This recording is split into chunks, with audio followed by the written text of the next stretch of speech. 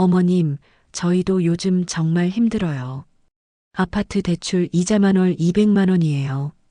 며느리의 차가운 목소리가 아직도 귓가에 맴돕니다. 손에 쥔 두 장의 서류. 하나는 30억 원의 보상금 통지서, 다른 하나는 췌장암 말기 진단서. 78세 박순옥에게 주어진 마지막 선택. 과연 며느리들은 돈 앞에서 어떤 모습을 보일까요? 2024년 10월 어느 날 서울 강남구 대치동 낡은 단독주택 앞에서 박순옥은 등기우편 두 통을 받았습니다. 첫 번째 봉투를 뜯는 손이 떨렸습니다. 강남구 재개발 사업 보상금 산정 통지서, 토지 보상금 22억 원, 건물 보상금 8억 원, 총 보상금 30억 원. 순옥은 숫자를 다시 세어봤습니다. 0이 8개. 믿을 수가 없었습니다. 50년 전 남편 한태수가 사업빚을 지고 세상을 떠난 후 이곳에서 혼자 작은 식당을 운영하며 세 아들을 키웠습니다. 새벽 4시에 일어나 국을 끓이고 밤 11시에 설거지를 마치던 그 세월이 주마등처럼 스쳐 지나갔습니다. 1975년 남편이 부도로 쓰러진 후 빚쟁이들이 집을 압류하려 했을 때였습니다. 순옥은 마지막 남은 폐물을 팔아 이 땅을 겨우 300만 원에 샀습니다. 당시엔 대치동이 아니라 허허벌판 농지였죠. 다들 그런 시골 땅을 왜 사느냐고 비웃었지만 순옥은 이곳에 판잣집을 짓고 국밥집을 시작했습니다. 50년이 흘렀고 그 땅이 이제 30억이 되었습니다.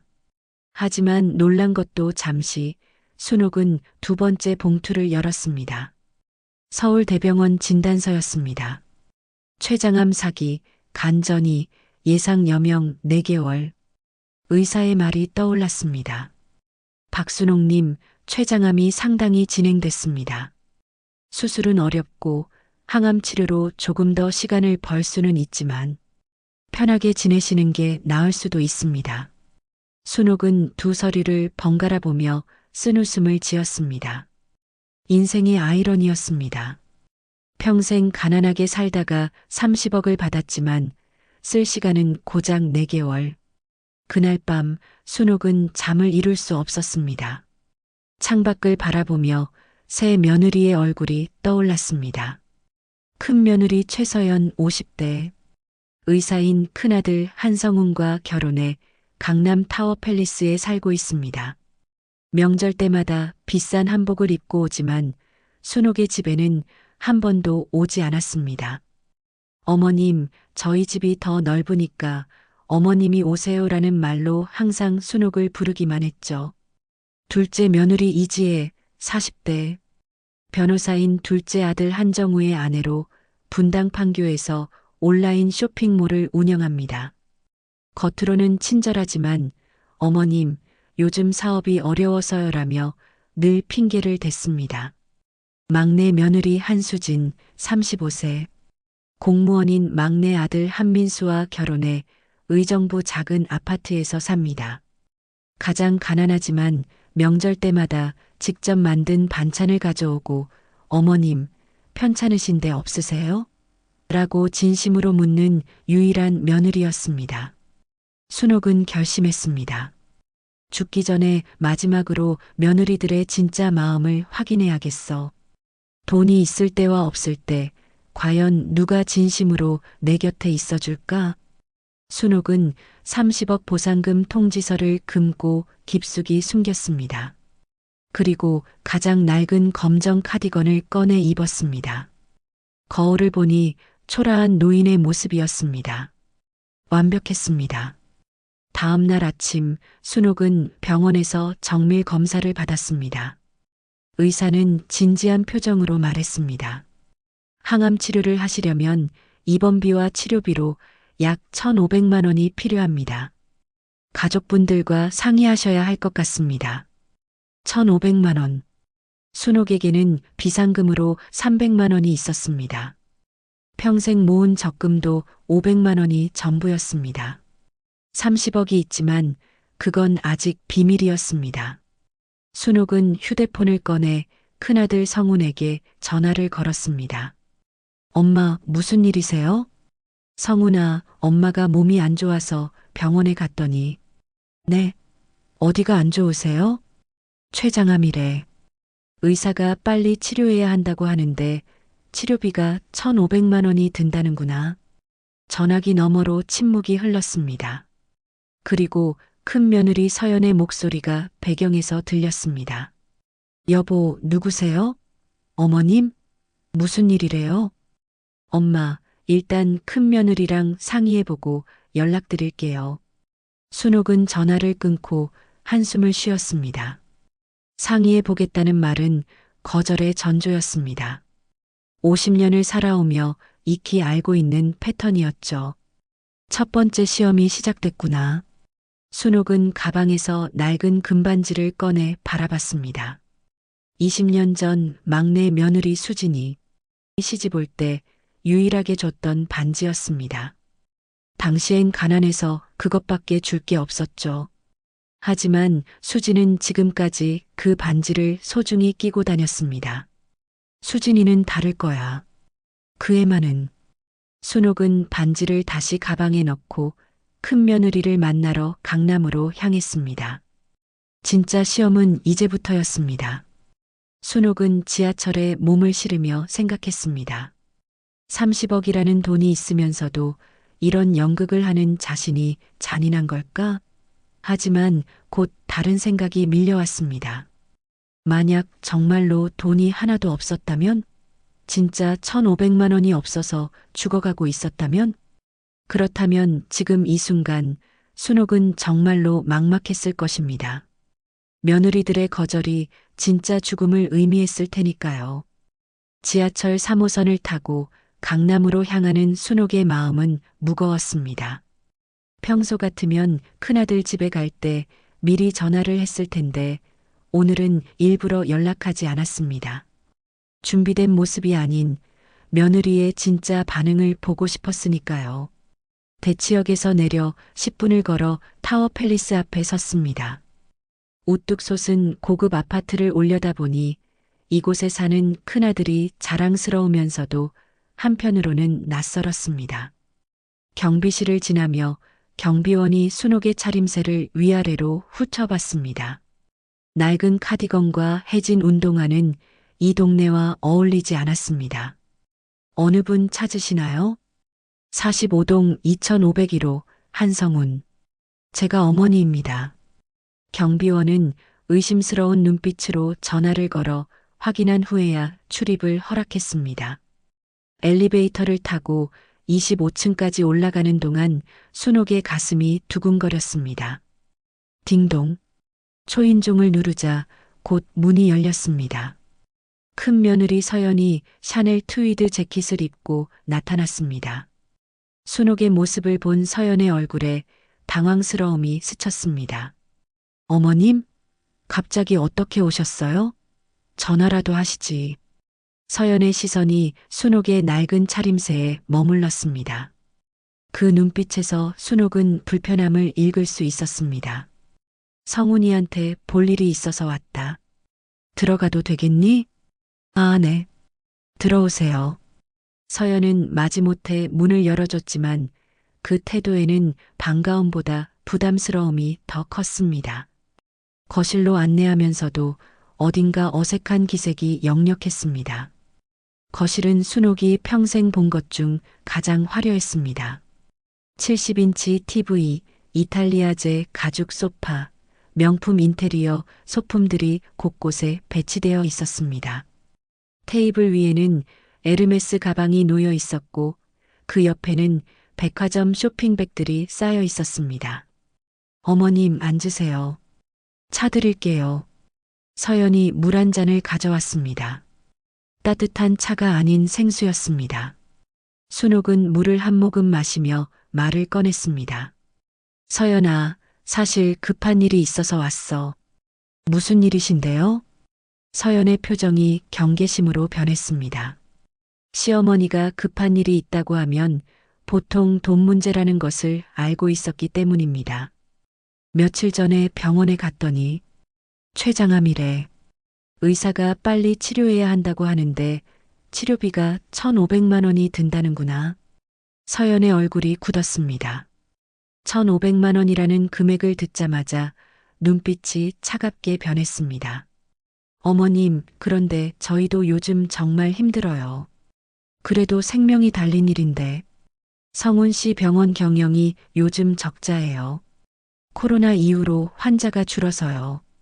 거기다 아이들 교육비만 해도 한 달에 500만 원이에요. 큰애 의대 준비 과외비 300만 원, 둘째 특목고 학원비 200만 원. 서연은 계산기를 두드리듯 지출 내역을 나열했습니다. 하지만 순옥의 눈에는 거실 한쪽에 놓인 명품 가방들, 최신형 에어컨, 비싼 인테리어 소품들이 보였습니다. 그럼 조금이라도 도와줄 수는 없겠니? 어머님, 둘째 동서는 안 만나보셨어요? 정우 씨가 변호사로 저희보다 버는데요. 그리고 서연이 잠시 망설이다가 말을 이었습니다. 어머님 대치동 집, 그거 전세죠?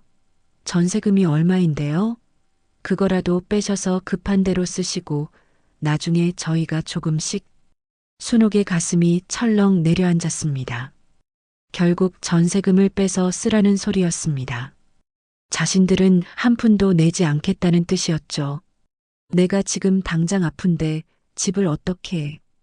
어머님, 생명이 우선이잖아요. 집은 나중에 다시 구하시면 되고요. 바로 그때 현관문이 열리는 소리가 들렸습니다. 큰아들 성훈이 골프백을 들고 들어왔습니다. 다녀왔어. 엄마.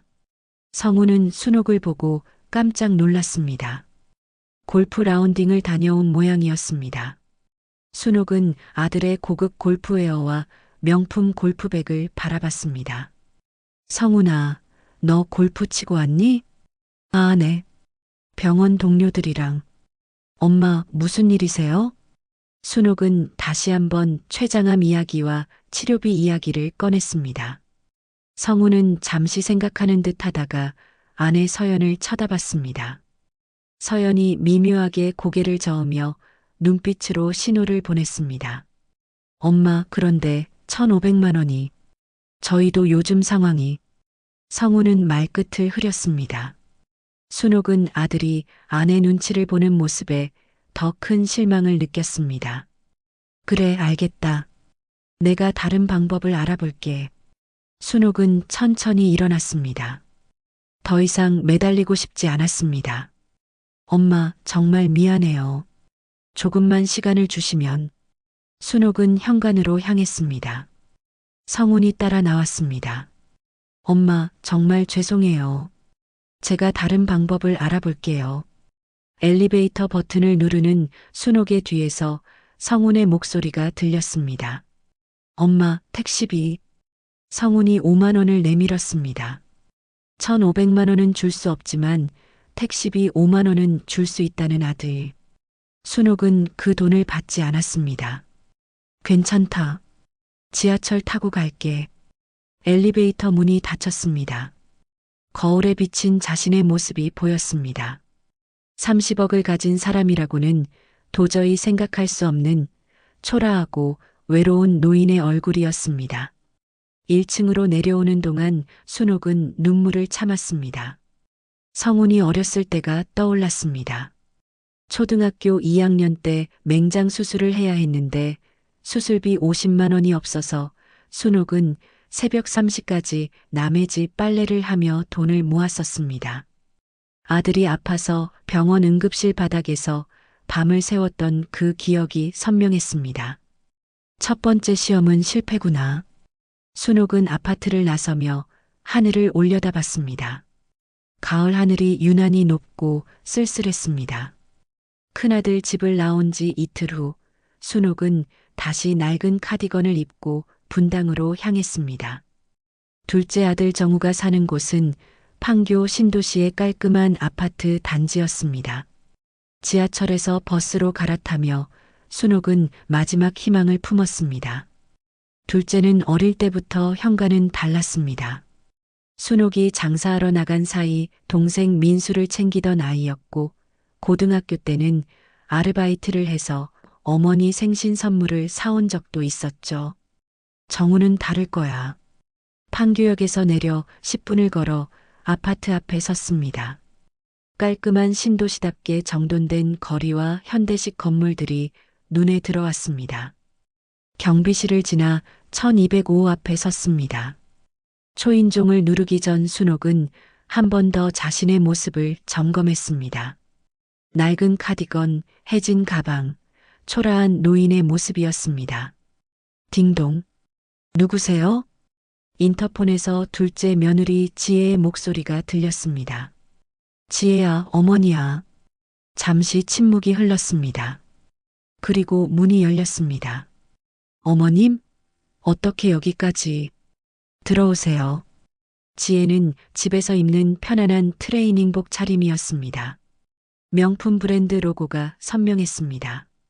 순옥의 초라한 차림새를 보며 당황스러운 표정을 감추지 못했습니다. 거실은 깔끔했습니다. 최신형 가전제품들과 북유럽 스타일 인테리어가 세련된 분위기를 자아냈습니다. 한쪽 벽면에는 지혜가 운영하는 온라인 쇼핑몰의 상품들이 정돈되어 있었습니다. 어머님 앉으세요.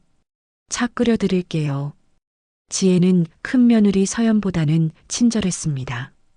따뜻한 녹차를 내왔고 과일도 깎아주었습니다. 하지만 그 친절함 이면에 순옥은 어딘가 계산적인 기운을 느꼈습니다. 지혜야, 사실 급한 일이 있어서 왔어. 무슨 일이세요, 어머님? 며칠 전에 병원에 갔더니 췌장암이라고 하더라. 의사가 빨리 치료해야 한다는데 치료비가 1,500만 원이 든다는구나. 지혜의 표정이 변했습니다.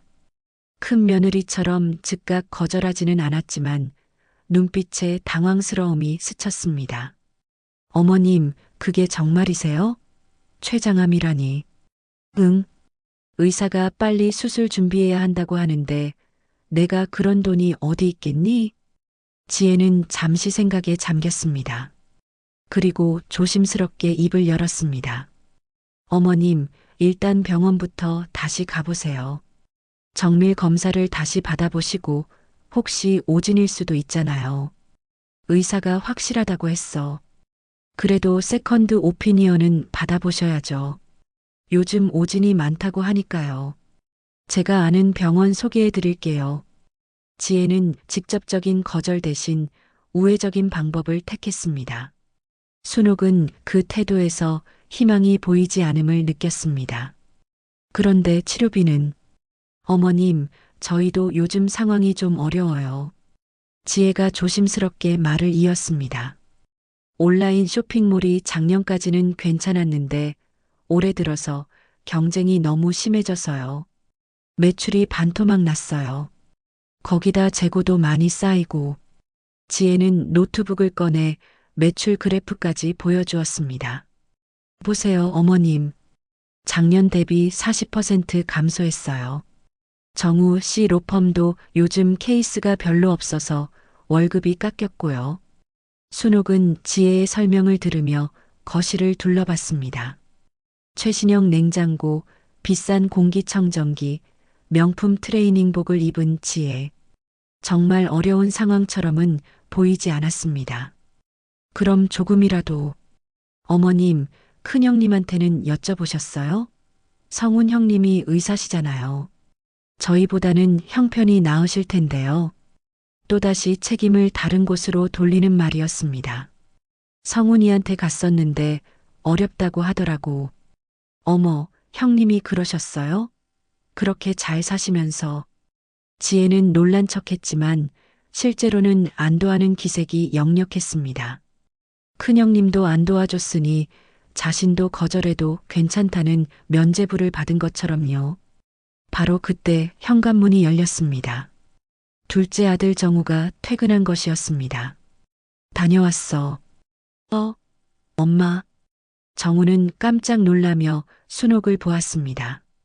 평소보다 훨씬 초라한 어머니의 모습에 당황한 기색을 감추지 못했습니다. 정우야. 엄마, 무슨 일이세요?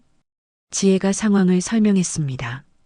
정우는 진지한 표정으로 듣더니 소파에 앉으며 말했습니다. 엄마, 일단 제가 병원비 지원 제도를 알아볼게요. 국가에서 지원해주는 프로그램이 있을 거예요. 그런데 그게 언제 나올지 모르잖니. 의사가 빨리 치료해야 한다는데.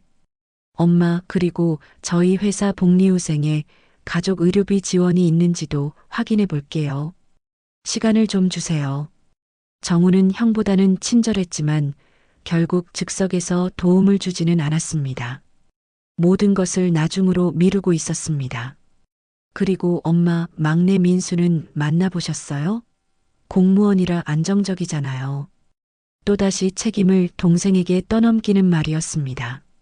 순옥은 마음속으로 한숨을 쉬었습니다.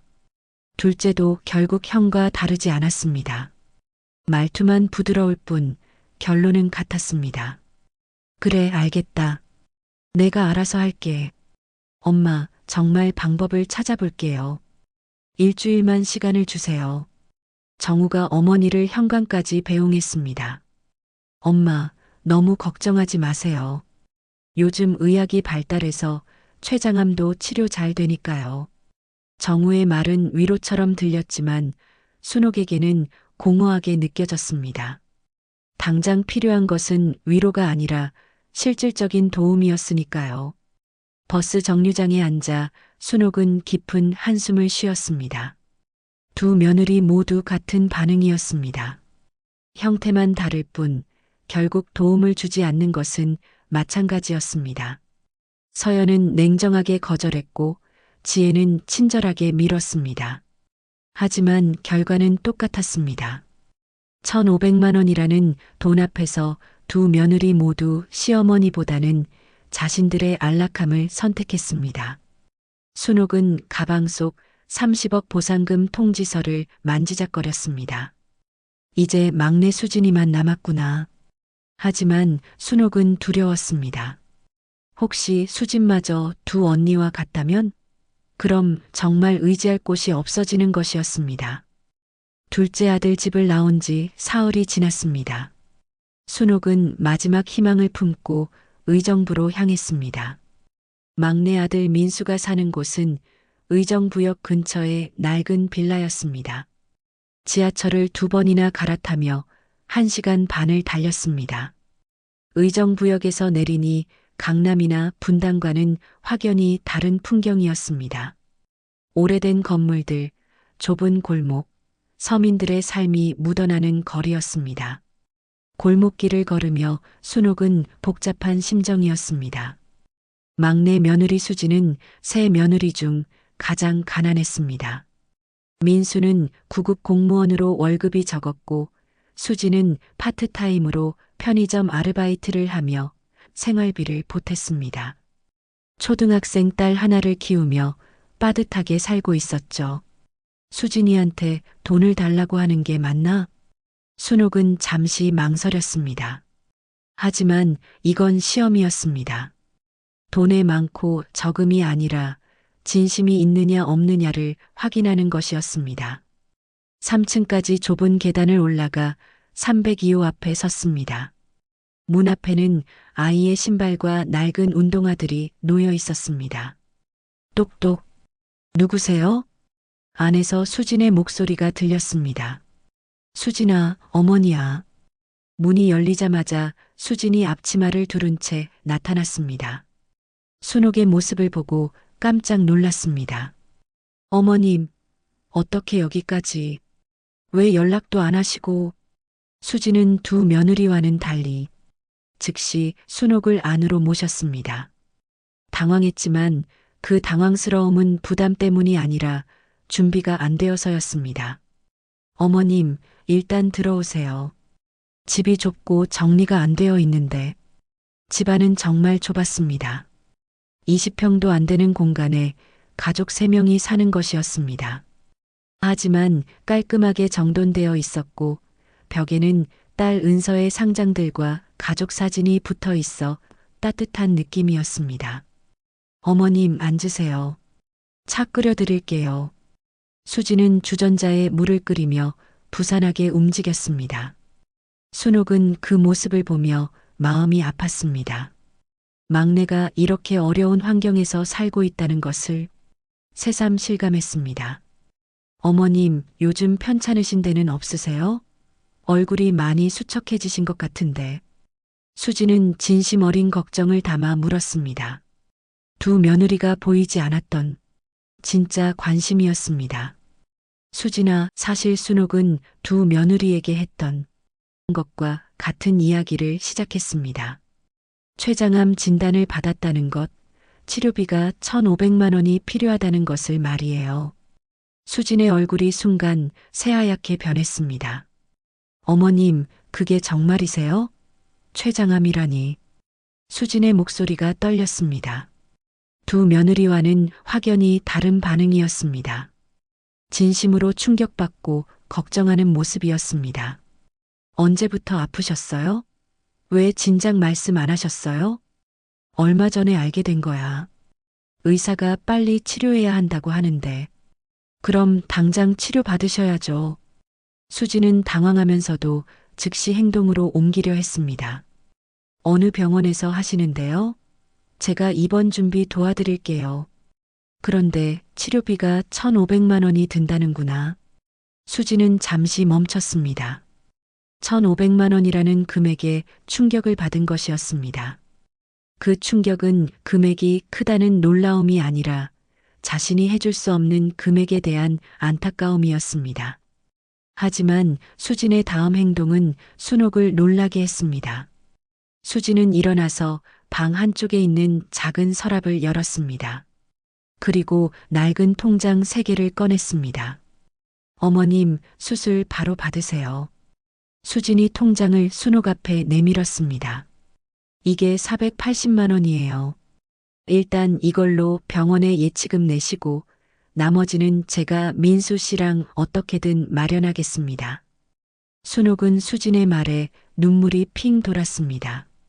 통장 잔액을 보니 130만 원, 210만 원, 140만 원씩 나눠져 있었습니다.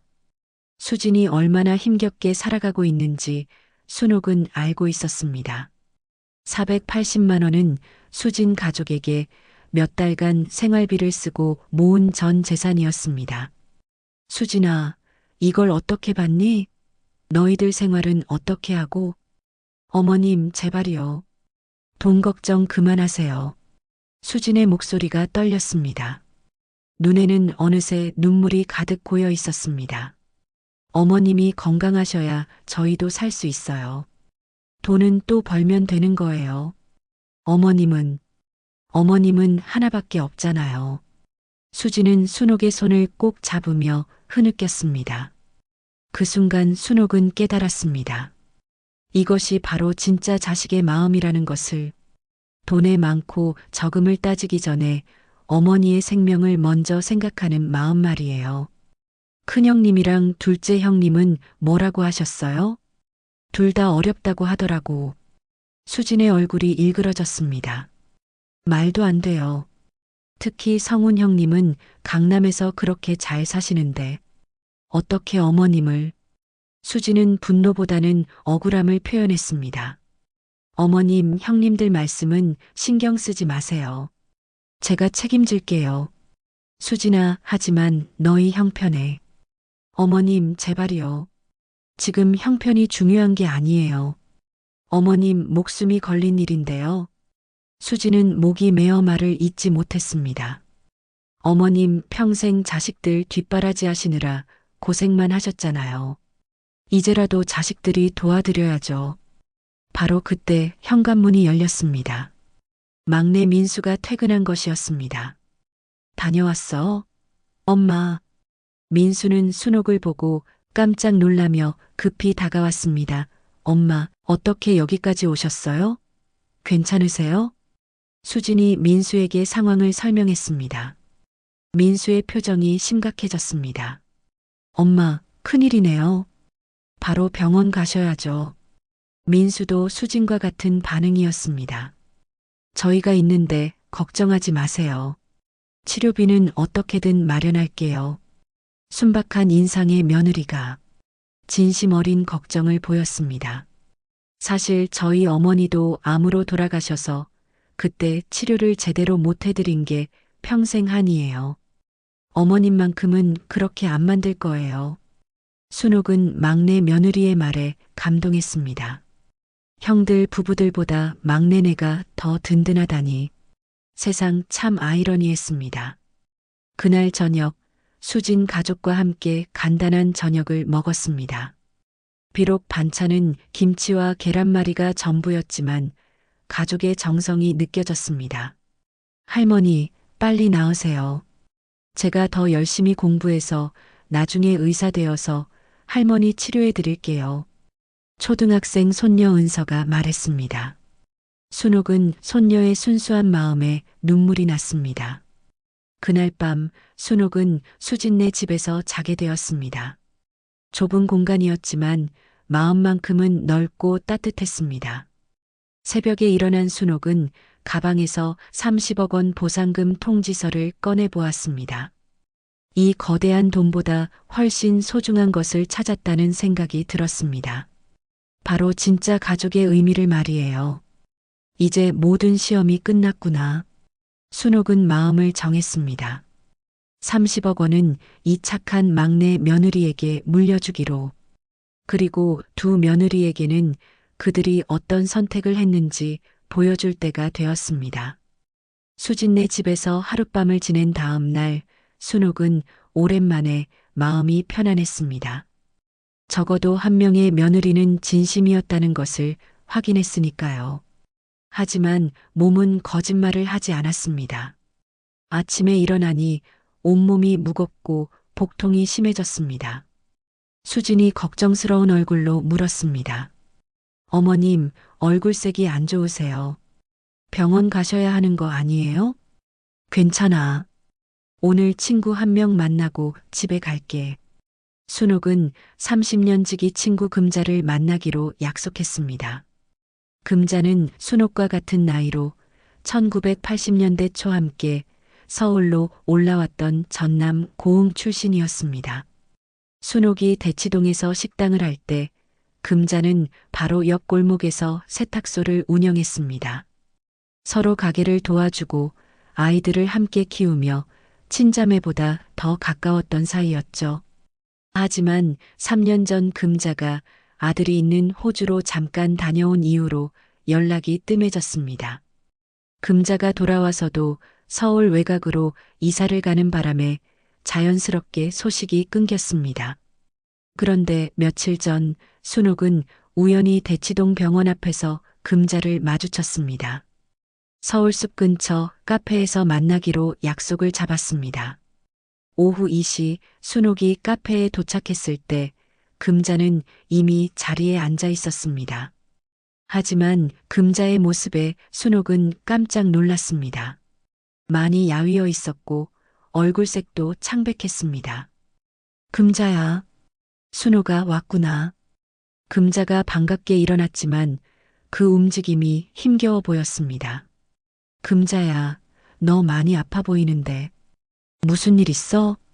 두 사람은 자리에 앉았습니다. 30년 우정이라는 게 이런 걸까요? 서로의 얼굴만 봐도 힘든 일이 있다는 걸 알 수 있었습니다. 금자는 잠시 망설이다가 입을 열었습니다.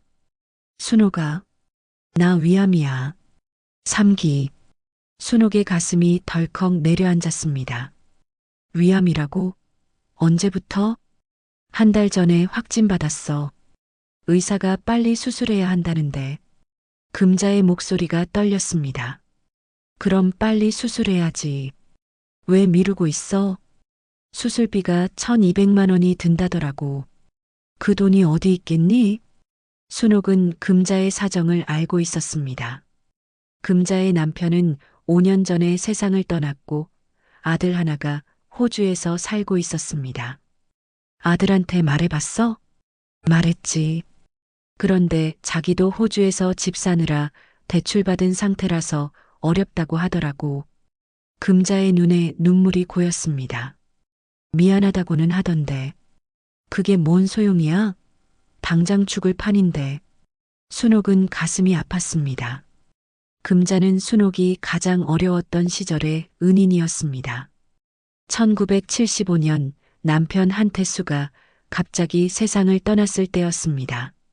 새 아이를 혼자 키워야 했던 순옥에게 금자가 손을 내밀었습니다. 순옥아, 이거라도 쓰렴. 금자가 건넨 돈은 50만 원이었습니다. 그때 당시 50만 원이면 지금 돈으로 수천만 원은 됐을 겁니다. 금자야, 이 돈을 내가 어떻게 해? 걱정 말고 나중에 여유 생기면 갚으면 돼. 일단 아이들 밥이라도 먹여야지. 그 돈으로 순옥은 작은 국밥집을 시작할 수 있었습니다. 금자가 아니었다면 새 아이와 함께 굶어 죽었을지도 모릅니다. 그뿐만이 아니었습니다. 순옥이 새벽 장사를 나갈 때마다 금자가 아이들을 돌봐줬습니다. 큰아들 성훈이가 초등학교 2학년 때 독감으로 며칠 결석할 때도 금자가 간병해 줬었습니다. 순옥은 금자의 손을 꼭 잡았습니다. 금자야, 내가 돈 마련해 볼게. 순옥아, 너도 형편이 어려운 걸 아는데 어떡해? 괜찮아. 내가 방법이 있어. 순옥은 마음을 정했습니다. 가방 속 30억 원 보상금 통지서가 떠올랐습니다. 자식들은 1,500만 원도 주지 않으려 하는데 정작 자신의 돈이 가장 필요한 사람은 바로 앞에 있었습니다. 금자야, 내일 당장 병원 가자. 수술 예약부터 잡고. 순옥아, 정말이야? 하지만 그런 큰 돈을. 금자야, 너 생각 안 나? 50년 전 그때 너 아니었으면 우리 가족 전부 길바닥에 나앉았어. 새 아이 데리고 어떻게 됐을지 몰라. 이제 내가 보답할 차례야. 그날 저녁 순옥은 금자와 함께 대학병원을 찾았습니다. 응급실에서 금자의 상태를 확인한 의사는 심각한 표정으로 말했습니다. 더 이상 미룰 수 없는 상태입니다. 이번 주 안에 수술하셔야 해요. 비용은 얼마나 될까요? 수술비와 입원비 포함해서 1,200만 원 정도 예상됩니다. 순옥은 주저하지 않았습니다. 내일 당장 수술 예약 잡아주세요. 의사가 놀란 표정으로 순옥을 보았습니다. 보호자분이신가요? 네. 제가 모든 비용을 부담할게요. 금자가 순옥의 팔을 잡았습니다. 순옥아, 정말 괜찮아? 괜찮다니까. 너 때문에 내가 오늘 있는 거야. 다음 날 오전 순옥은 은행에서 1,200만 원을 인출했습니다. 가방 속 30억 원 보상금은 아직 비밀이었지만 순옥에게는 별도로 모아둔 적금이 있었습니다. 평생 한 푼 두 푼 모은 돈이었죠. 금자야, 이제 돈 걱정은 하지 마.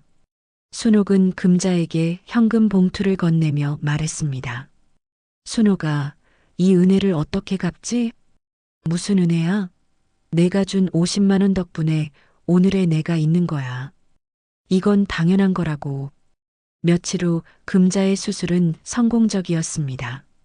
의사는 조금만 더 늦었으면 위험했을 것이라고 했습니다. 중환자실에서 깨어난 금자는 순옥의 손을 꼭 잡았습니다. 순옥아, 고마워. 정말 고마워. 빨리 나아서 우리 같이 오래 살자. 하지만 바로 그날 오후 예상치 못한 일이 벌어졌습니다. 순옥이 병원 근처 카페에서 잠시 쉬고 있을 때였습니다. 갑자기 큰아들 성훈이 들어왔습니다. 점심시간에 병원 근처 카페를 찾은 모양이었습니다. 엄마. 성훈은 순옥을 보고 깜짝 놀랐습니다. 성훈아, 엄마 여기서 뭐 하세요? 바로 그때 병실에서 나온 금자가 순옥을 찾아 카페로 들어왔습니다. 순옥아, 여기 있었구나. 금자는 성훈을 보고 반가워했습니다. 어머, 성훈이 아니야? 많이 컸네. 성훈은 금자 이모를 알아봤습니다. 어릴 때부터 어머니와 금자가 친하게 지내는 걸 봐왔으니까요. 금자 이모, 안녕하세요. 근데 여기서 금자가 성훈에게 말했습니다. 나 수술 받고 나오는 길이야. 내 어머니가 수술비를 다 내주셨어. 성훈의 얼굴이 굳었습니다. 수술비요? 얼마나? 1200만 원. 내 어머니 덕분에 살았어. 그 순간 성훈의 표정이 복잡하게 변했습니다. 며칠 전 자신은 어머니의 1500만 원 치료비를 거절했는데 어머니는 친구에게 1200만 원을 선뜻 내주셨다는 사실에 충격을 받은 것이었습니다. 엄마, 그럼 엄마 치료비는요? 순옥은 침묵했습니다. 금자가 성훈을 바라보며 말했습니다. 성훈아, 너 어머니가 췌장암인 거 알고 있지? 그런데 왜 도와드리지 않았니? 저희도 상황이 뭐가 어려워? 너 강남에서 잘 살고 있다면서? 금자의 목소리가 날카로워졌습니다. 어머니가 1500만 원이 급하다고 하시는데 그것도 못 주겠다고? 내가 한 달에 버는 돈이 얼마인데? 성훈의 얼굴이 빨갛게 달아올랐습니다. 주변 사람들이 쳐다보기 시작했습니다. 이모, 목소리 좀 낮춰주세요. 목소리를 왜 낮춰? 잘못한 게 없으면 당당하지. 금자는 더욱 격양되었습니다. 순옥이 자신의 수술을 위해 1200만 원을 즉석에서 내줬던 것과 성훈의 행동이 너무 대조적이었기 때문입니다. 너 어렸을 때 어머니가 너 키우려고 얼마나 고생하셨는지 아니? 새벽 4시에 일어나서 장사 준비하고 밤 10시에 집에 와서 너희 숙제 봐주시고. 이모, 그런 건 다 옛날 일이고. 옛날 일이라고? 그럼 내가 어머니한테 받은 은혜도 옛날 일이야? 금자의 목소리가 더욱 커졌습니다. 카페 안의 모든 시선이 이쪽으로 쏠렸습니다. 그리고 말이야, 너희 어머니가 얼마나 큰 돈을 가지고 계시는지 알기나 해? 순옥이 깜짝 놀라며 금자의 팔을 잡았습니다. 금자야, 그만해. 하지만 금자는 이미 화가 머리끝까지 올라 있었습니다. 대치동 재개발 보상금으로 30억 원을 받으셨어. 30억? 성훈은 그 말을 듣고 얼굴이 새하얗게 변했습니다. 뭐라고요? 내 어머니가 30억 원 부자야. 그런데 죽어가는 엄마한테 1500만 원 치료비도 안 주려고 하는 자식을 둔. 금자의 폭로에 성훈은 말을 잇지 못했습니다. 주변 사람들도 웅성거리기 시작했습니다. 순옥은 더 이상 막을 수 없었습니다. 이미 모든 것이 공개된 상황이었습니다. 성훈은 떨리는 손으로 휴대폰을 꺼내 누군가에게 전화를 걸었습니다. 정우야, 형이야. 지금 당장 서울숲 카페로 와. 엄마 일로 급한 일이 생겼어. 이제 진짜 시험이 시작되는구나. 순옥은 조용히 생각했습니다. 20분 후 둘째 아들 정우가 급하게 카페로 달려왔습니다. 성훈이 전화로 대충 상황을 설명했던 모양입니다. 엄마, 정말 30억이 있으세요? 정우도 같은 질문을 했습니다. 순옥은 가방에서 보상금 통지서를 꺼냈습니다. 강남구 재개발 사업 보상금 산정 통지서, 토지 보상금 22억 원, 건물 보상금 8억 원, 총 보상금 30억 원. 두 아들은 서류를 보고 다리에 힘이 빠져 의자에 주저앉았습니다. 엄마, 그럼 왜 저희한테 말씀 안 하셨어요? 성훈이 떨리는 목소리로 물었습니다. 너희들이 돈 때문에 나를 찾는 건지 정말 걱정돼서 찾는 건지 알고 싶었어. 순옥의 목소리는 차갑고 담담했습니다. 그 결과가 뭐냐? 단 한 푼도 선뜻 내주지 않았잖아. 금자가 다시 끼어들었습니다. 그런데 막내 수진이는 자기 전 재산 480만 원을 다 내놓겠다고 했어. 그게 차이야. 성훈과 정우는 절망적인 표정을 지었습니다. 자신들이 얼마나 큰 실수를 했는지 깨달았습니다. 엄마, 저희가 정말 몰라서. 어머니가 아프다고 하시는데 뭘 더 알아야 해? 금자는 두 아들을 번갈아 보며 말했습니다. 너희들은 이제 알겠지? 어머니가 얼마나 실망하셨는지. 그리고 수진이가 얼마나 진짜 며느리인지. 순옥은 조용히 일어났습니다. 이제 모든 걸 알았으니 각자 생각해봐. 그리고 난 수진이한테 갈 거야. 두 아들이 동시에 일어났습니다. 엄마, 저희가 정말 잘못했어요. 하지만 순옥은 차갑게 두 아들을 바라보며 말했습니다. 이제 와서 뭘 잘못했다고 해? 너희들은 진짜 잘못한 게 뭔지도 모르고 있어. 돈이 문제가 아니라 마음이 문제라는 걸. 순옥은 카페를 나섰습니다. 두 아들은 어머니의 뒷모습을 멍하니 바라봤습니다. 그날 밤 성훈과 정우는 밤잠을 이루지 못했습니다.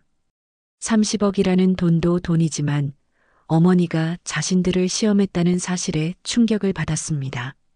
하지만 곧 다른 생각이 두 형제의 마음을 지배했습니다. 이틀 후 순옥은 서울대병원에서 정밀 검사를 받고 있었습니다. 수진이 강력히 권해서 결국 본격적인 치료를 시작하기로 한 것이었습니다. 병원 복도는 고요했습니다. 오후 3시 면회 시간이었지만 순옥의 병실 앞은 조용했습니다. 그런데 갑자기 복도 끝에서 목소리가 들려왔습니다. 형, 정말 이렇게 해야 할까요? 정우의 목소리였습니다. 우리가 안 하면 누가 해? 엄마 상태 봐. 췌장암 말기야. 30억을 혼자 관리할 수 있는 상황이 아니라고. 성훈이 단호하게 대답했습니다.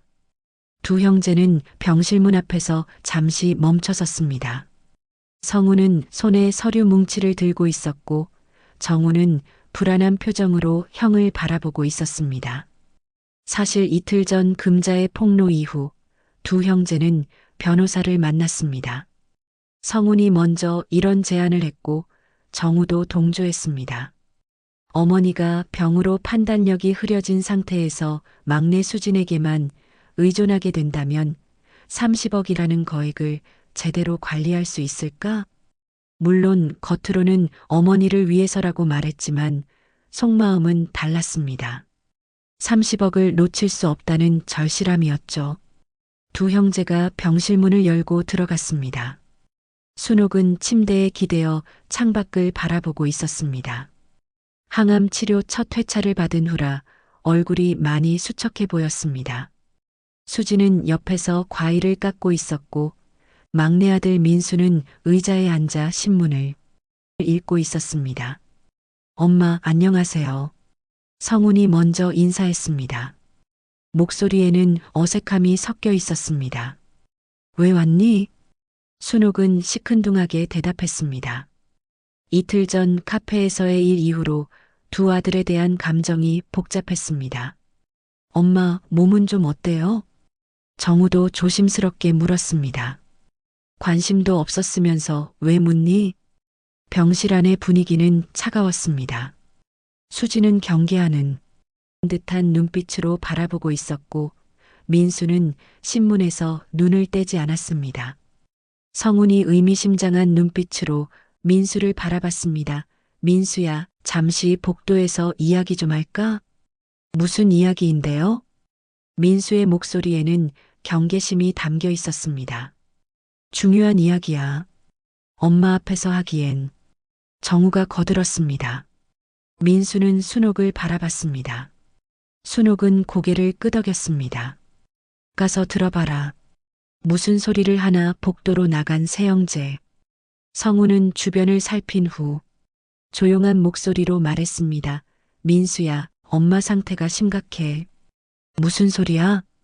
그게 아니라 엄마가 30억이라는 거액을 혼자 관리하시기에는 판단력이 흐려진 것 같아. 민수의 얼굴이 굳어졌습니다. 무슨 소리를 하는 거야? 민수야, 생각해봐.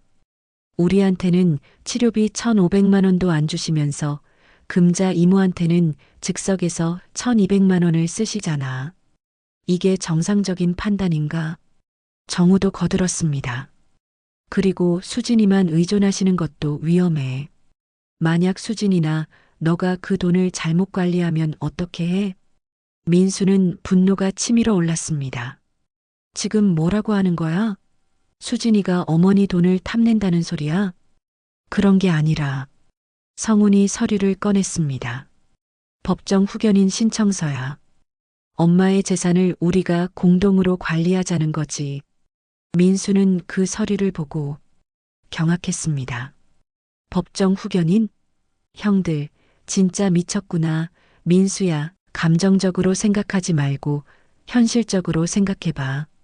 30억이라는 돈이 얼마나 큰 돈인데 병으로 판단력이 떨어진 상태에서 판단력이 떨어졌다고? 어머님이 민수의 목소리가 높아졌습니다. 민수는 빠져. 성훈이 차갑게 말했습니다. 법적으로 우리가 우선이야. 그리고 너는 막내니까 뭐라고? 민수는 귀를 의심했습니다. 한 집안의 재산은 첫째가 관리하는 게 맞아 정우가 거들었습니다. 민수는 온몸이 떨렸습니다. 어렸을 때부터 자신이 얼마나 이 집안을 위해 희생했는지, 두 형의 대학 등록금을 위해 자신의 꿈을 포기했는지, 그런데 이제 와서 막내닝 빠지라는 소리를 듣다니 형들, 정말 민수의 목소리가 격양되었습니다. 바로 그때 병실문이 열렸습니다. 순옥이 휠체어를 타고 나왔습니다. 수진이 뒤에서 밀어주고 있었습니다. 무슨 소리가 이렇게 크니? 순옥이 물었습니다. 세 형제는 순간 당황했습니다. 특히 성훈과 정우는 어머니가 얼마나 들었을지 걱정됐습니다. 엄마, 별거 아니에요.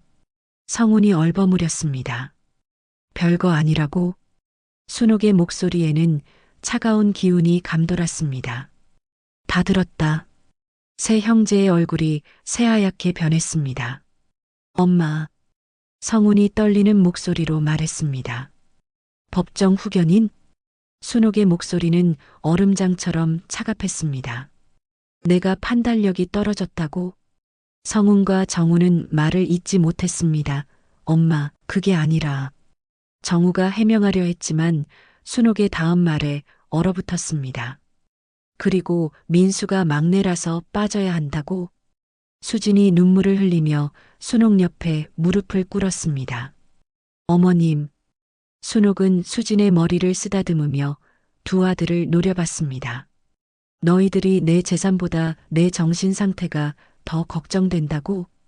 복도의 다른 환자 가족들이 하나둘 쳐다보기 시작했습니다. 그럼 지금 당장 내 곁을 떠나라. 순옥의 목소리는 결코 크지 않았지만 복도 전체를 얼어붙게 만들었습니다. 엄마, 저희가 정말 잘못 생각했어요. 성훈이 급히 사과했습니다. 잘못 생각했다고? 뭘 잘못 생각했는데? 순옥의 목소리가 떨렸습니다. 분노보다는 실망이 더 컸습니다. 너희들 30억이 없었다면 과연 이렇게 행동했을까? 두 아들은 대답할 수 없었습니다. 그것이 사실이었기 때문입니다.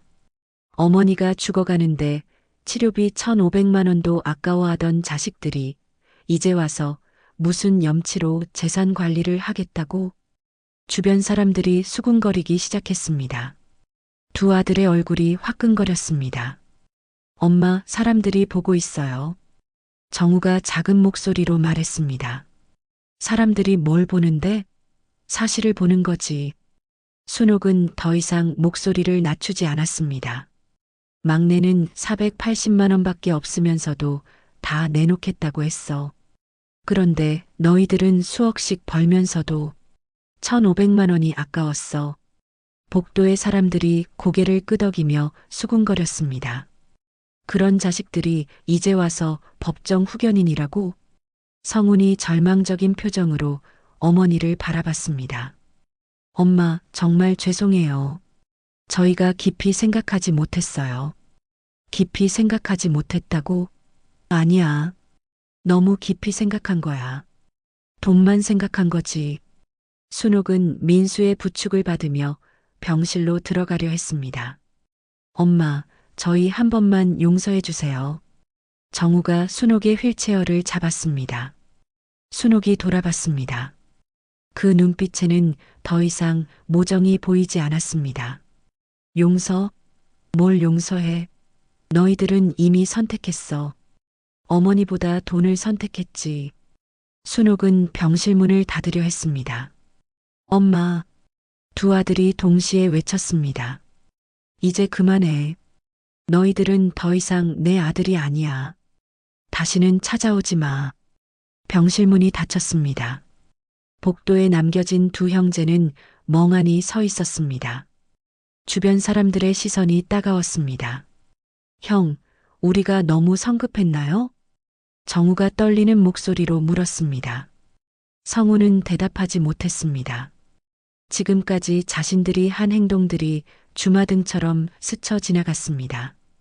어머니가 치료비를 달라고 했을 때의 그 절망적인 표정, 수진이 480만 원을 선뜻 내놓았다던 모습, 그리고 방금 전 어머니의 차가운 눈빛까지.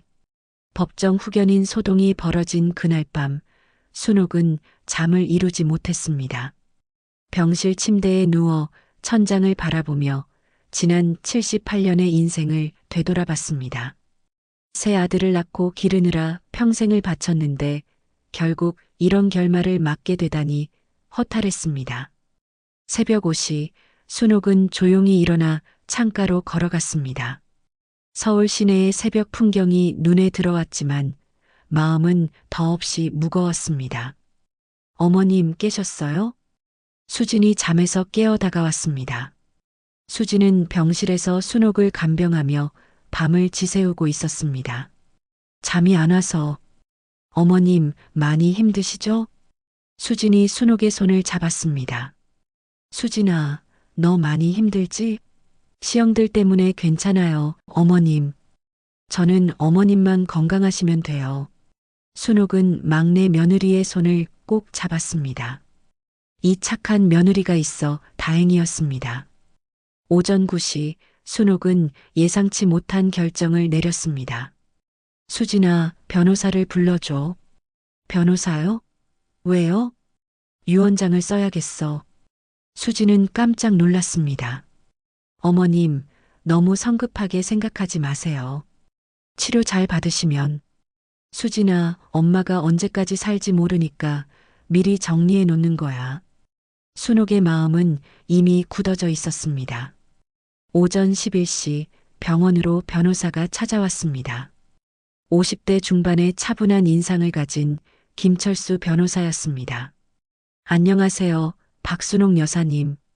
유언장 작성건으로 연락받고 왔습니다. 네, 급히 정리하고 싶은 게 있어서요. 김 변호사는 순옥의 의식 상태를 먼저 확인했습니다. 먼저 몇 가지 질문을 드리겠습니다. 오늘이 몇 월 며칠인지 말씀해 주세요. 2024년 10월 30일이에요. 가족관계는 어떻게 되시나요? 아들 셋 있어요. 큰아들은 한성훈, 43세. 둘째는 한정우, 41세. 막내는 한민수, 37세입니다. 김 변호사는 순옥의 정신 상태가 매우 또렷함을 확인했습니다. 바로 그때 병실문이 열렸습니다. 성훈과 정우가 들어왔습니다. 두 사람은 변호사를 보고 당황한 기색을 보였습니다. 엄마, 변호사님은 왜? 성훈의 얼굴이 새하얗게 변했습니다. 유언장 쓰는 거야. 엄마, 갑자기 왜 그런 이야기를?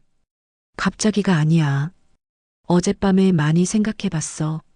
순옥의 목소리는 차분했지만 단호했습니다. 정우가 급히 말했습니다. 엄마, 저희가 어제 너무 성급했어요.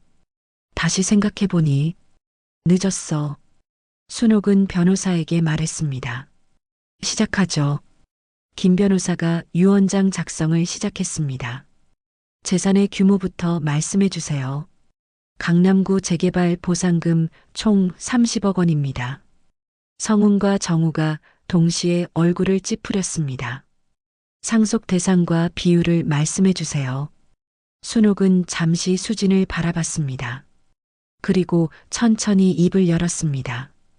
첫째, 전 재산 30억 원 중 20억 원을 막내 아들과 며느리 한수진에게 상속합니다. 뭐라고요? 성훈이 벌떡 일어났습니다. 엄마, 그게 무슨 소리예요? 무슨 소리냐고? 내 재산을 내가 원하는 사람에게 주겠다는 소리야. 순옥은 계속 말을 이었습니다. 둘째, 30년 지기 친구 이금자에게 5억 원을 상속합니다. 금자는 순옥이 가장 어려웠던 시절의 은인이었고 자식들이 이렇게 잘 클 수 있었던 것도 금자 덕분이었습니다. 셋째, 나머지 5억 원은 암 환자들을 위한 의료비 지원 재단에 기부합니다. 엄마, 그럼 저희는요? 정우도 절망적인 표정을 지었습니다. 순옥은 두 아들을 차갑게 바라봤습니다. 큰아들 한성훈과 둘째 한정우에게는 단 한 푼도 상속하지 않습니다. 엄마, 두 아들이 동시에 외쳤습니다. 그렇게까지 하시면 안 돼요. 왜 안 돼? 너희들이 먼저 법정 후견인으로 엄마를 무력화시키려 했잖아. 순옥의 목소리에는 깊은 상처가 담겨 있었습니다. 그리고 마지막 조건. 모든 사람이 순옥을 주목했습니다. 만약 막내네가 큰아들과 둘째 아들에게 금전적으로 도움을 준다면 모든 상속을 취소하고 전액 재단에 기부합니다. 수진이 놀란 표정으로 순옥을 바라봤습니다. 어머님, 그렇게까지. 수진아, 엄마가 왜 이런 조건을 다는지 알지? 너는 마음이 착해서 언젠가는 시영네들을 도와주려 할 거야. 하지만 그러면 안 돼. 순옥의 목소리에는 단호함이 담겨 있었습니다. 그들은 이미 선택했어. 돈을 선택했지, 가족을 선택한 게 아니야. 김 변호사가 확인했습니다. 유언자 박순옥 씨께서 정신적으로 온전한 상태에서 자유로운 의사로 작성하신 유언장임을 확인합니다. 순옥은 유언장에 서명했습니다. 수진과 민수가 증인으로 서명했습니다. 이제 됐다. 순옥은 두 아들을 바라봤습니다. 너희들은 이제 내 아들이 아니야. 내가 죽으면 장례식에도 오지 마라. 성훈이 울먹이며 말했습니다. 엄마, 그렇게 매정하게. 매정한 건 너희들이야. 어머니가 아플 때 어땠는지 가슴에 손을 얹고 생각 좀 해봐. 순옥은 고개를 돌렸습니다. 두 아들이 병실을 나간 후 그들의 삶은 급격히 무너지기 시작했습니다. 성우는 절망 속에서 잘못된 투자를 했습니다. 30억을 포기할 수 없었던 그는 어머니 명의를 도용해 지인들에게 투자금을 모았습니다. 우리 어머니가 재개발로 30억 받으셨어요. 제가 그 돈으로 사업하려고 하는데 먼저 투자하시면 2배로 돌려드릴게요. 병원 동료들과 지인들이 성훈의 말을 믿고 돈을 모았습니다. 총 10억이 모였습니다. 하지만 성훈이 투자한 부동산 개발 사업은 사기였습니다. 업체 대표가 돈을 들고 잠적해버린 것입니다. 투자자들이 성훈을 찾아왔습니다. 한 원장, 우리 돈 어떻게 할 거야? 죄송합니다. 제가 사기를 당한 겁니다. 사기? 내 어머니한테 돌려받으면 되잖아. 하지만 성훈은 어머니가 자신을 상속에서 제외했다는 것을 말할 수 없었습니다. 결국 투자자들은 법원에 민사소송을 제기했고 성훈의 집은 법원 압류로 넘어갔습니다. 아내 서연은 더 이상 참지 못했습니다. 당신 미쳤어? 명예 도용의 사기까지? 더 이상 당신이랑은 못 살아. 이혼 서류가 성훈 앞에 놓였습니다. 정우도 비슷한 길을 걸었습니다. 회사 동료들에게 투자를 권유했다가 실패하고 분당 집도 잃었습니다. 아내 지혜도 친정으로 돌아가 버렸습니다.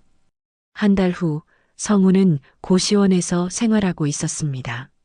정우는 수원의 작은 원룸에서 후회의 편지를 썼습니다. 두 사람 모두 어머니에게 용서를 구하는 편지를 보냈지만 순옥은 답장하지 않았습니다. 유언장 작성 후 한 달이 지났습니다. 순옥의 병세는 급격히 악화되었습니다. 의사는 더 이상 항암 치료가 의미가 없다고 했습니다. 박순옥님, 이제는 편하게 지내시는 게 나을 것 같습니다. 남은 시간을 가족들과 함께 순옥은 의사의 말을 듣고도 놀라지 않았습니다. 오히려 마음 한편이 평온해졌습니다. 이제 정말 끝이구나. 어머님, 고향으로 가요. 전남 고흥으로. 수진이 조심스럽게 제안했습니다. 병원보다는 가족들이랑 편하게 지내시는 게 좋을 것 같아요. 제가 끝까지 모실게요. 순옥은 고개를 끄덕였습니다. 평생 서울에서만 살았지만 생의 마지막은 고향 근처 자연 속에서 조용히 보내고 싶었습니다. 막내는 상속받을 20억 중 3억으로 고흥의 바닷가 근처 전원주택을 구입했습니다. 바다가 보이는 언덕 위 단층집이었습니다. 마당에는 감나무와 대추나무가 있었고 뒤뜰에서는 남해 바다가 한눈에 보였습니다. 어머님, 여기 어때요? 순옥은 마당의 평상에 앉아 바다를 바라봤습니다. 남해 바다의 노을이 아름다웠습니다. 평생 새벽부터 밤늦게까지 일만 하던 그녀에게는 처음 맛보는 여유였습니다. 좋구나. 정말 좋아. 순옥의 얼굴에 오랜만에 평화로운 미소가 번졌습니다. 금자도 함께 왔습니다. 순옥이 5억을 물려준다는 소식을 들은 금자는 눈물을 흘리며 거절했었습니다. 순옥아, 그런 큰 돈을 내가 어떻게 받아? 금자야, 너 아니었으면 우리 가족 굶어 죽었을 거야. 당연한 거니까 받아. 금자는 결국 그 돈으로 고흥 근처에 작은 집을 샀습니다. 자신의 고향이기도 했고 30년 지기 친구와 마지막까지 함께하고 싶었기 때문입니다. 순옥아, 우리 여기서 같이 늙어가자. 금자야, 나는 늙어갈 시간이 없어. 그런 소리 하지 마. 기적이 일어날 수도 있잖아. 하지만 두 사람 모두 알고 있었습니다. 순옥에게 남은 시간이 얼마 없다는 것을. 고흥에서의 생활은 평화로웠습니다. 순옥은 아침에 일어나면 마당에 나가 앉아 꽃들을 바라봤습니다. 수진이 심어놓은 코스모스와 국화가 바람에 흔들리는 모습이 아름다웠습니다. 할머니, 오늘은 기분이 어때요? 손녀 은서가 학교 마치고 와서 물었습니다. 좋아. 너희들 얼굴 보니까 더 좋고. 은서는 할머니 옆에 앉아 숙제를 했습니다. 할머니, 제가 커서 의사 되면 할머니 병 고쳐드릴 거예요. 그래, 우리 은서가 의사 되면 많은 사람들을 도와주렴. 순옥은 손녀와 보내는 시간이 가장 행복했습니다. 민수와 수진도 고흥으로 이사와서 작은 농장을 시작했습니다. 수진과 함께 유기농 채소를 기르기 시작한 것입니다. 어머님, 저희가 키운 상추예요. 드셔보세요. 맛있구나. 너희가 키운 거라서 더 맛있어. 순옥은 수진이가 정말 고마웠습니다. 친아들들보다 더 효녀였습니다. 한편 수진은 약속대로 5억을 암환자 의료비 지원 재단에 기부했습니다. 박순옥 희망재단이 만들어졌습니다. 어머님, 재단 승인 났어요. 좋아. 나와 금자처럼 치료해야 하는데 돈 없는 사람들에게 도움이 될 거야. 순옥은 자신의 이름으로 재단이 만들어진다는 것이 자랑스러웠습니다. 가을이 깊어갈 무렵 예상치 못한 일이 벌어졌습니다. 성훈과 정우가 고흥까지 찾아온 것입니다. 엄마, 저희가 왔어요. 대문 밖에서 성훈의 목소리가 들렸습니다. 엄마, 정말 잘못했어요. 마지막으로 한 번만. 정우의 목소리도 들렸습니다. 하지만 순옥은 만나주지 않았습니다. 들어오지 마라. 너희는 이미 선택했어. 수진과 민수가 나가서 두 형제를 말렸습니다. 형들, 어머니가 형들 보기 싫어하셔. 돌아가. 민수야, 제발. 어머님이 돌아가시기 전에 한 번만. 안 돼요. 어머님 뜻이에요. 성훈과 정우는 대문 밖에서 며칠 동안 서성였습니다. 하지만 순옥은 끝까지 만나주지 않았습니다. 형, 우리가 정말 큰 실수했나 봐. 이제야 깨달았어. 너무 늦었어.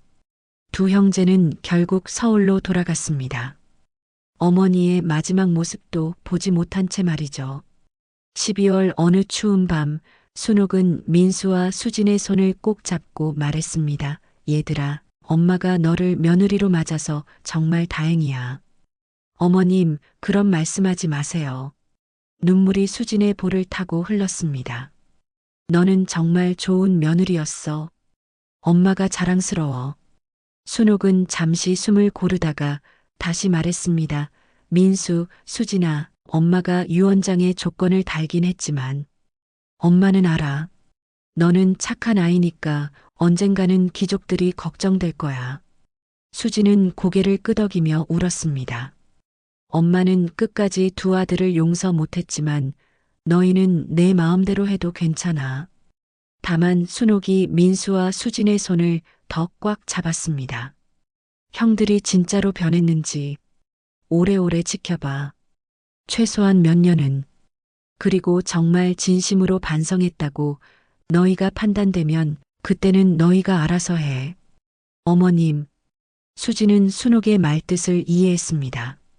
유언장에 조건이 있지만 먼 훗날 두 형제들이 진심으로 변한다면 민수와 수진이 스스로 판단해서 도와줘도 괜찮다는 뜻이었습니다. 하지만 지금은 안 돼. 형들이 정말로 변했는지 시간을 두고 봐야 해. 네, 어머님. 약속할게요. 금자도 순옥의 곁을 지켰습니다. 순옥아, 혼자 가면 안 돼. 나도 곧 갈 테니까 기다려. 금자야, 너는 오래 살아야 해. 우리 애들 잘 도와주고.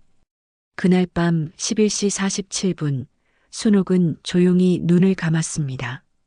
가족들이 지켜보는 가운데 평화로운 마지막이었습니다. 78년을 살면서 가장 평온한 마지막이었습니다. 순옥의 장례식은 고흥 근처 작은 장례식장에서 조용히 치러졌습니다. 조문객은 많지 않았습니다. 막내 아들 가족, 금자, 그리고 몇몇 이웃들이 전부였습니다. 성훈과 정우는 장례식장 밖에서 서성였습니다. 들어갈 용기가 나지 않았습니다. 형, 우리 들어가야 하지 않을까요? 어떻게 들어가? 민수가 뭐라고 하겠어? 두 형제는 밖에서 통곡했습니다. 어머니의 마지막 모습도 보지 못했고 장례식에도 들어가지 못하는 자신들의 처지가 비참했습니다. 하지만 민수, 수지는 장례식장 밖에서 우는 두 형제를 보았습니다. 가슴이 아팠습니다. 어머니가 돌아가시기 전에 하셨던 말씀이 떠올랐습니다. 내가 판단해서 도와줘도 괜찮아. 하지만 오래오래 지켜봐. 민수는 밖으로 나갔습니다. 성훈 형, 정우 형 두 형제는 고개를 들었습니다. 눈이 퉁퉁 부어 있었습니다. 들어오세요. 엄마 마지막 가시는 길인데 인사는 하셔야죠. 정말 우리가 들어가도 돼? 네. 두 분도 엄마 아들들이잖아요. 두 형제는 오열했습니다. 동생이 이렇게 마음을 열어주다니 감사하면서도 더욱 부끄러웠습니다. 성훈과 정우는 영정 앞에 무릎을 꿇었습니다. 두 사람은 한참 동안 울기만 했습니다. 엄마, 정말 죄송해요. 엄마, 저희가 너무 잘못했어요.